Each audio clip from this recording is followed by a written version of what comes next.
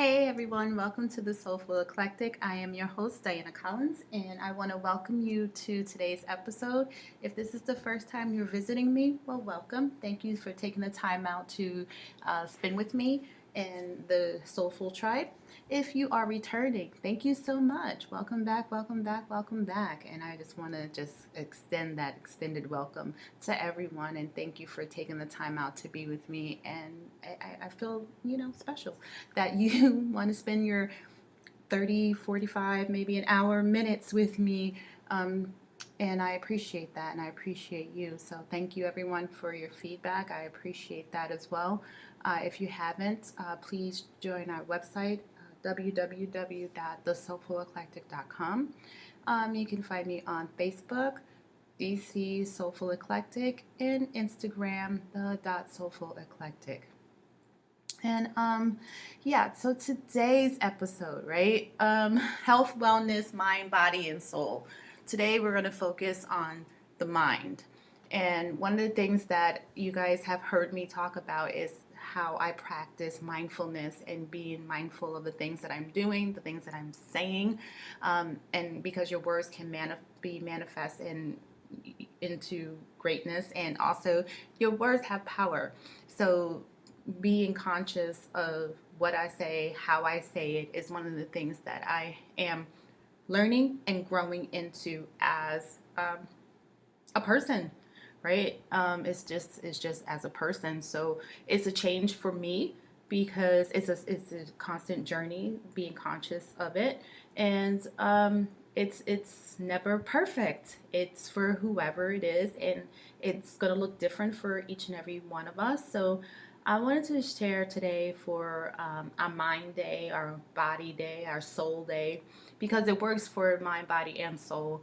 And I am an educator. I'm all about healthcare and educating the community. And I would love to share what I've learned about mindfulness and how it's actually helped me get to where I am today and also expand on my journey. And it's a continuous thing. As I said, anything that you're practicing, it does take a level of work and consciousness and steadfastness in pursuing it, right? You need to be able to sustain and be kind to yourself when you fall off, and that's what mindfulness is all about.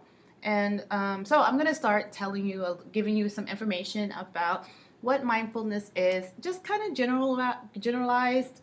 If you want more information, sure, feel free to reach out. I'm happy to provide that, not a problem. But this is just some general information to give you an idea of what mindfulness is. And many of us already practice mindfulness or some sort of mind meditation that we do. Most of us who are spiritual are praying. So that's a form of meditation because you're talking to not only within yourself, but to a higher being, God, Buddha, whoever, Allah. I don't discriminate against anyone's religion.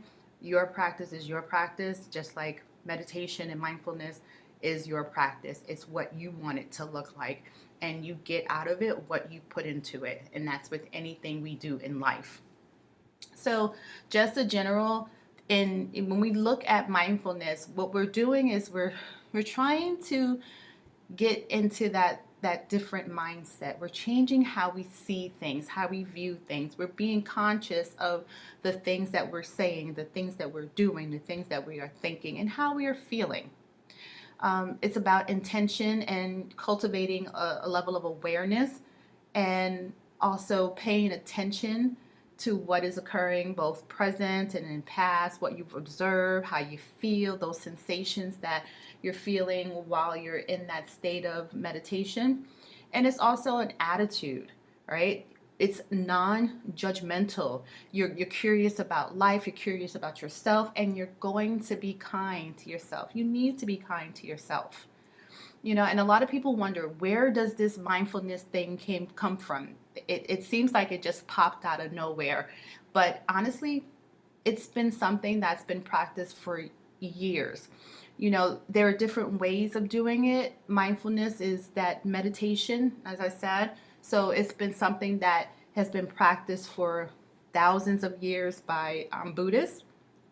It's very popular out in the West, and East Coast is really gravitating to it now. And a lot of places are teaching about mindfulness. I know in the classroom, I teach about mindfulness and cultivating a self-awareness within yourself, and especially when it comes to nursing and healthcare and burnout, we get caregivers fatigue.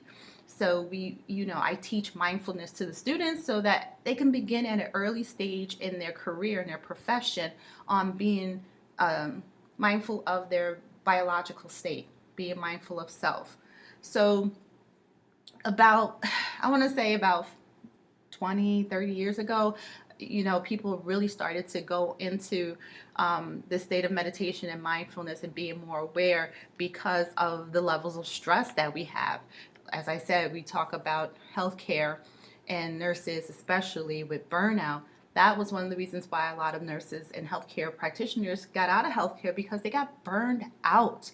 They weren't taking care of themselves. So I begin every class by teaching students to be self-aware and take care of yourself. Be aware of how you feel, your biologicals. Don't ignore them.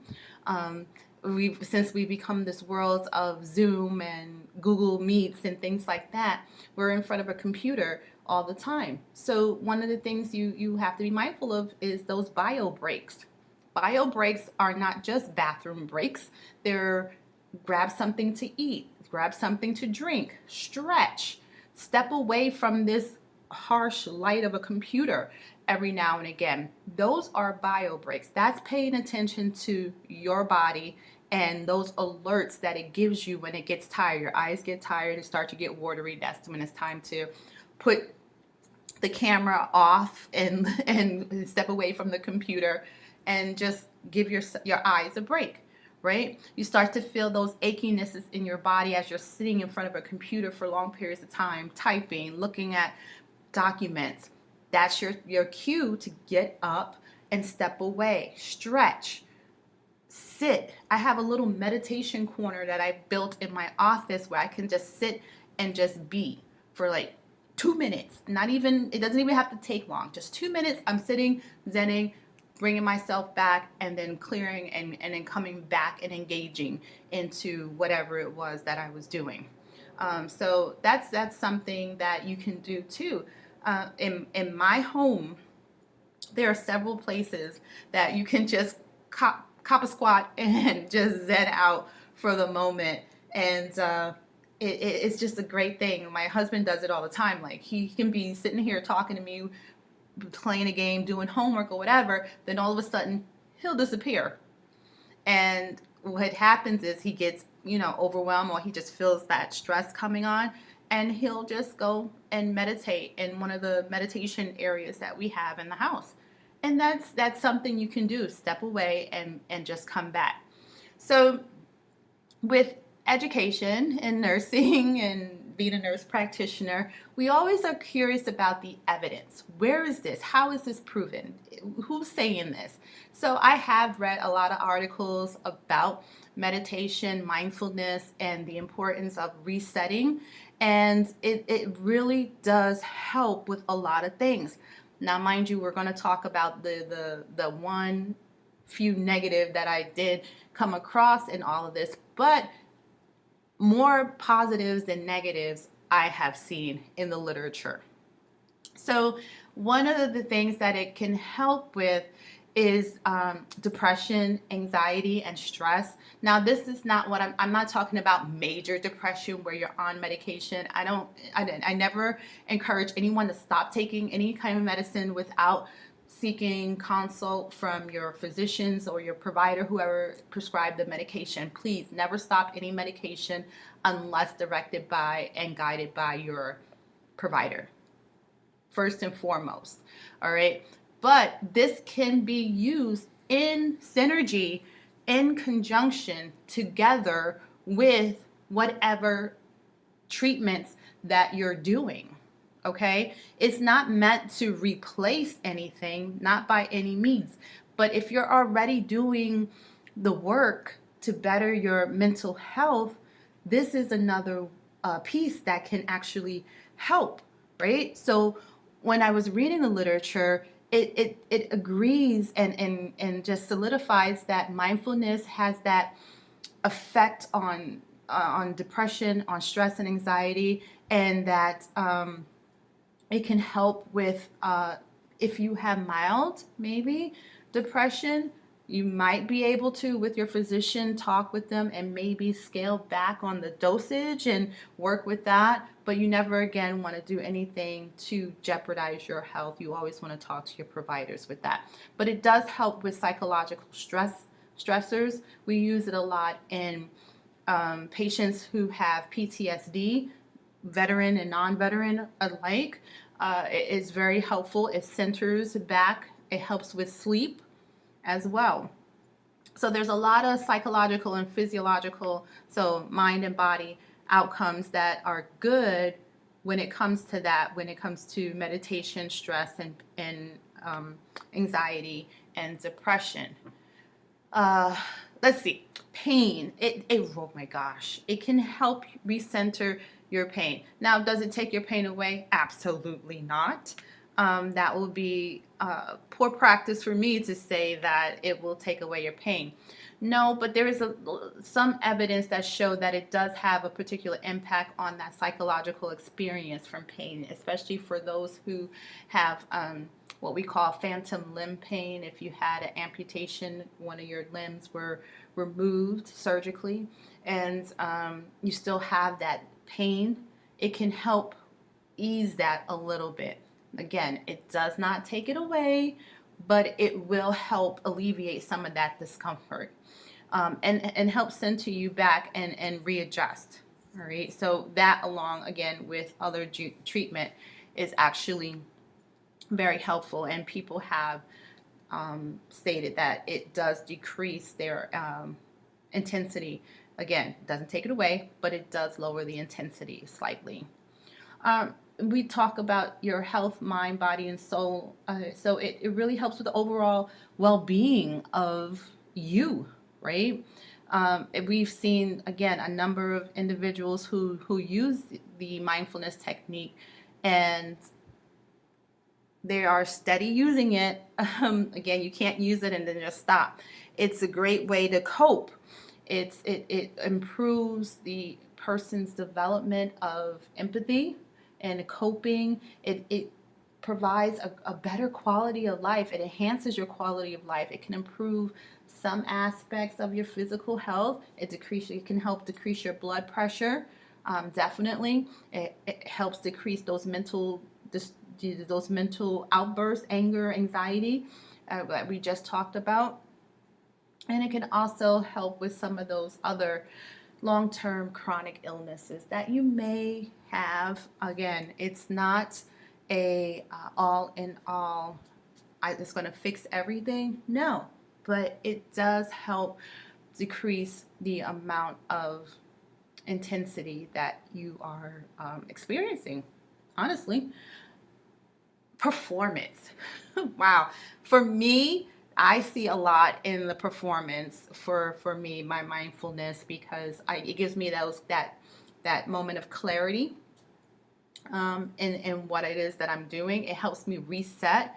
It helps me with my memory. So when I was looking again, talking about the literature, looking at the evidence of it all, and research says that and when you're practicing this mindfulness, it's been known to enhance your attention, your control, your working memory, and also improve those cognitive and performance things that we do. So it helps you do what it is that you do that much better. So that's why when I say when your eyes get tired, be mindful, step away from the computer, reset yourself, and then come back. It increases your productivity in what it is that you're doing. And it also brings a greater self-awareness to you, and it provides that emotional control that many of us all seek, because we can be pushed, right? We have those people that gaslight us. And being mindful and practicing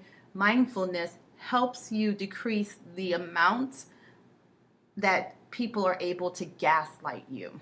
All right. And it also helps you when you're in those. I'm not a teamwork person. I'm not a fan of group work, but it helps you with those conflict resolutions when we're talking about teamwork and making the dream work, right? Because we all work as teams for most of the things that we do. But I know from what I've learned and what I have seen and what I have experienced, they are really teaching this a lot to those who are experiencing PTSD, mood disorders, eating disorders, smoking issues, patients who have multiple sclerosis, hot flashes for those of us who have our personal summers. I personally have not gone into my personal weather changes, as my husband calls them, but I have had family members who discuss their weather storms that their body has with them, and mindfulness can help with some of those hot flashes or personal weather stations that you may have. And here's this: if you're having trouble sleeping, mindfulness helps you get to sleep. Okay, I do mindfulness every night. I'm on this 30-day stretch of practicing mindfulness, and I do two different ones. I do one for confidence and building self-esteem, because, like I've said in many other episodes that we've had conversations about, I suffer from self-esteem issues from growing up as a kid, being bullied in school, so forth and so on. So I put on a mindfulness meditation, guided meditation, that helps me not only get to sleep, but it gives me those subliminal affirmations that I say to myself daily, but going to sleep to them actually helps in the subconscious mind. So sort of like hypnosis. If you've ever tried hypnotherapy, that's what it's similar to when it comes to what the guided, some of the guided imageries. Not all of them. I do anxiety, one on anxiety. I do one on confidence and self-esteem, but it starts off as a guided, and then once you start to get into that deep sleep, that REM sleep, then it turns into your sounds where you can just zen out and meditate and bring you into that sleep. So it's definitely something worth trying. And I said it's not easy. Give yourself a break. Be kind to yourself. Set timers. I know my Dan, my husband, he sets timers when he does meditation, because you put yourself into that relaxed state, and believe it or not, you do fall asleep. When you are in that perfect state of meditation, you are in that relaxed point, and you can fall asleep. And that's not a bad thing. That's good. Your body's resetting, right? So he sets a timer so that he doesn't go over the time that he intended to sit and meditate. When I was working as a staff nurse, I didn't realize it at the time, but I was practicing mindfulness, because I would leave and just sit for a few minutes by myself, usually 2 to 5, because any of you who work in healthcare know you don't get that much time to really recenter, so you can't really take that much time. So I would step away 2 minutes, 5 minutes the most, and kind of reset and just say, okay, I'm ready for the next round. And sometimes that's all you need. But it doesn't mean that, again, I just want to keep, I am going to keep reiterating, this doesn't mean mindfulness is not going to be, it's not your all in all. It doesn't mean that it's going to take away any medications that you're on. It doesn't mean any of that. It means that it's helping to strengthen your bond with yourself and being conscious of what you are doing and what your body's doing. So, how can mindfulness help you? It really depends on the individual and what your goal is for mindfulness. I know for me, it was to recenter, decrease my anxiety, not have anyone else take my energy, and for me, honestly, repel the negativity, because people are negative, guys. All right. I don't know what is wrong with this world, but there is just an abundance of negativity.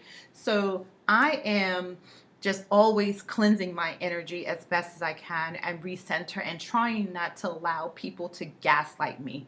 As an instructor, as a teacher, it is very easy to get gaslighted, if that's a word, gaslighted, gaslit. I don't know. But it's very easy to let someone to have someone push your buttons, especially when you're tired, when you haven't eaten.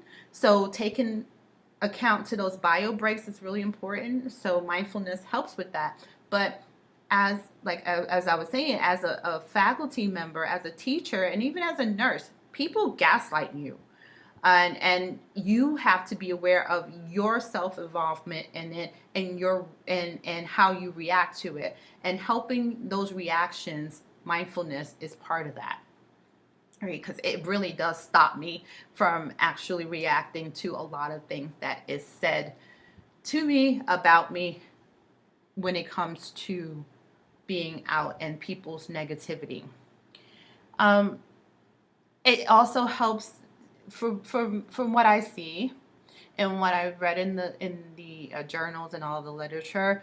The mindfulness can help you with your goal setting, right? And it regulates your stress, dealing with your pain. We talked about that. Symptoms that are related to a lot of the diagnosis that many people in the community are experiencing or living with.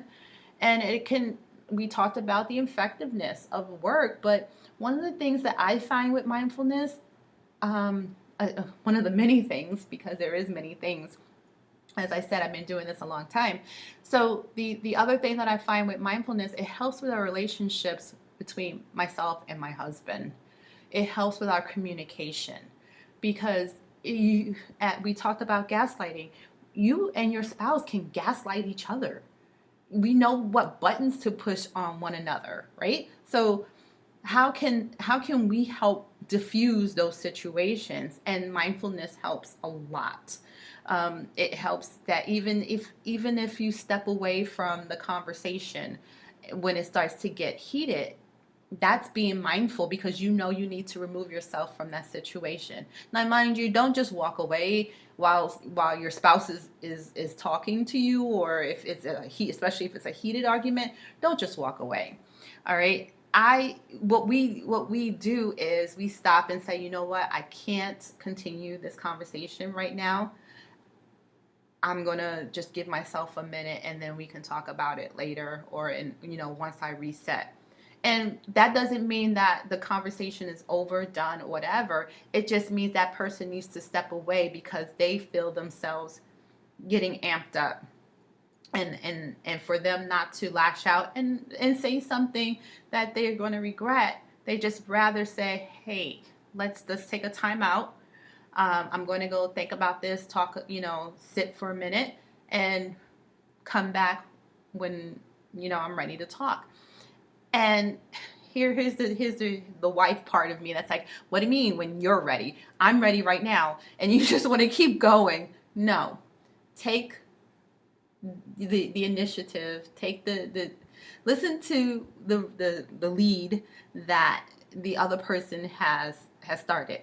Okay, it's not that they are saying it's about them. What do you mean you're taking a break? Why can't I take a break? It's just understanding what your limits are, and they are understanding what their limits are, and they're saying, okay, time out, you're reaching my limit. And you can do the same.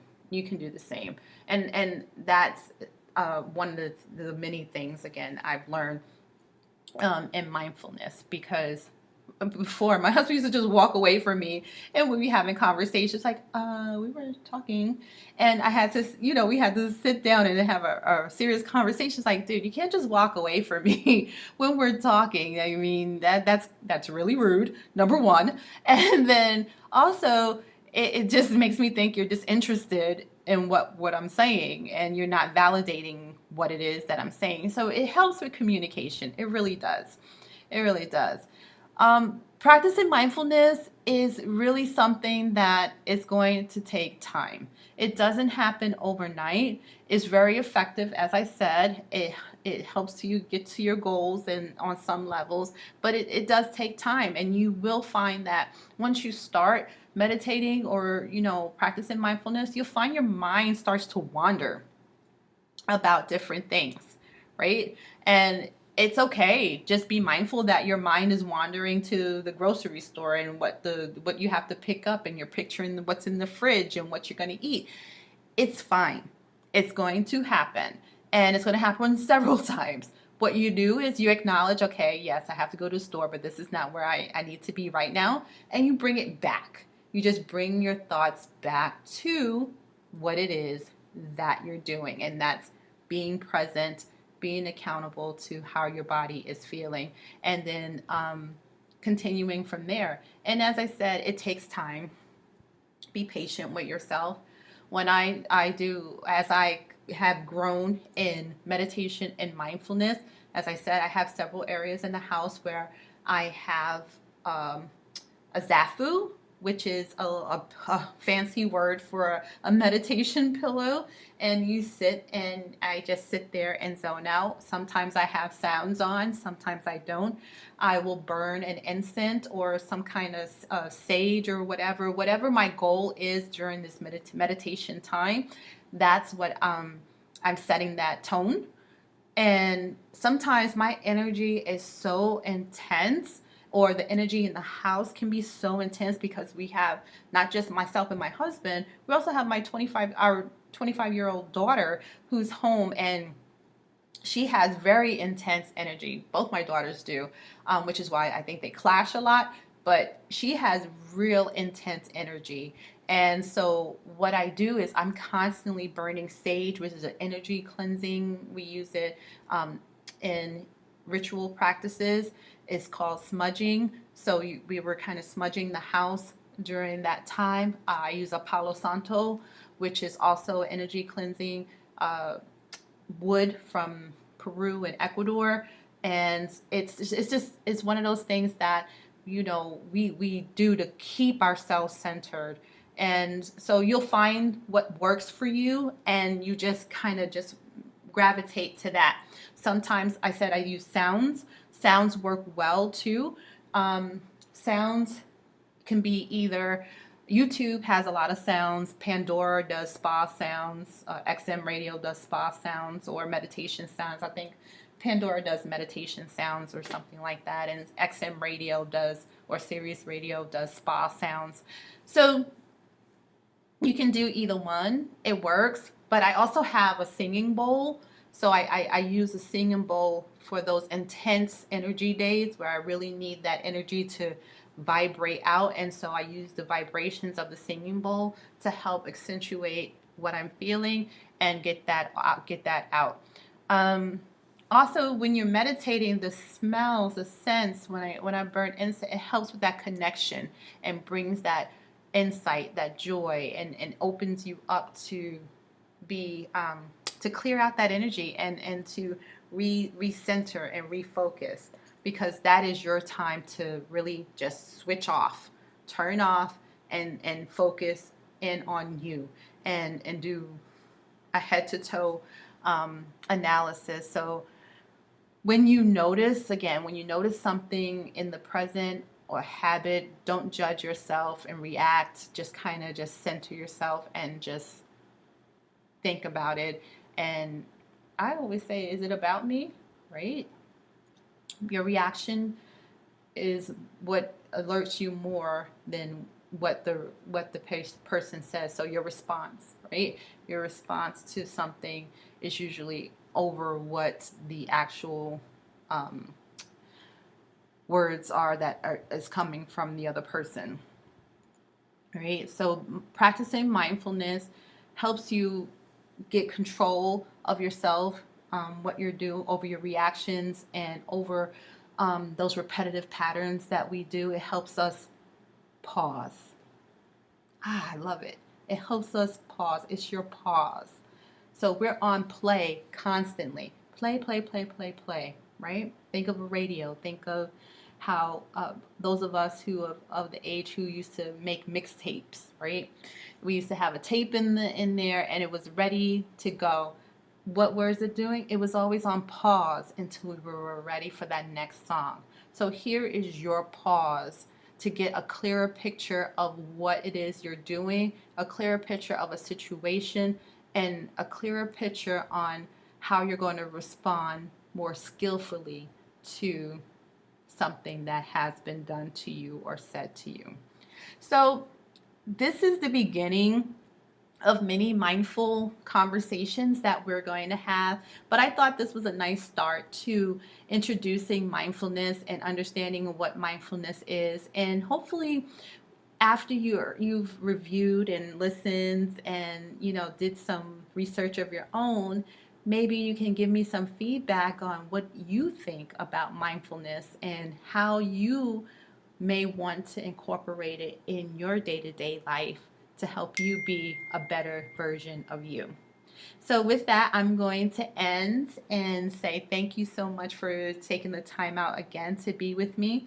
If you haven't subscribed to the channel, well, guess so, to the podcast, please do so. And you can do that at www.thesoulfuleclectic.com.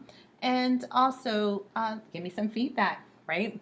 Tell me how you like it, or maybe how you don't like it, or maybe that I'm a crazy nut, whatever. Tell me something. And also, you can find me on Facebook. No, the Facebook is DC The Soulful Eclectic, and also you can find me on Instagram, the Soulful Eclectic, and just let me know. Tell me what you think. Tell me how you feel. Tell me, anything. Just tell me, right? But yeah, so just share with me what you got, and also just share it on, pass it on. If you found something in this conversation that resonated with you and you want to share it with a friend, please do. And again, thank you so much for spending your time with me. I appreciate you. I appreciate your time, and I do look forward to spending more time with you as we move on.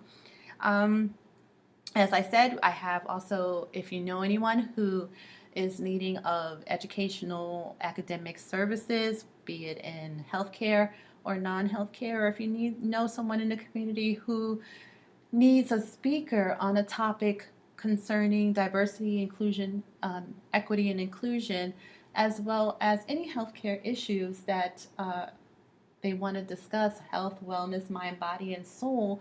I am a registered nurse practitioner, and nurse educator, and I am more than willing to reach out if that is something that a service that is recommended or you need it.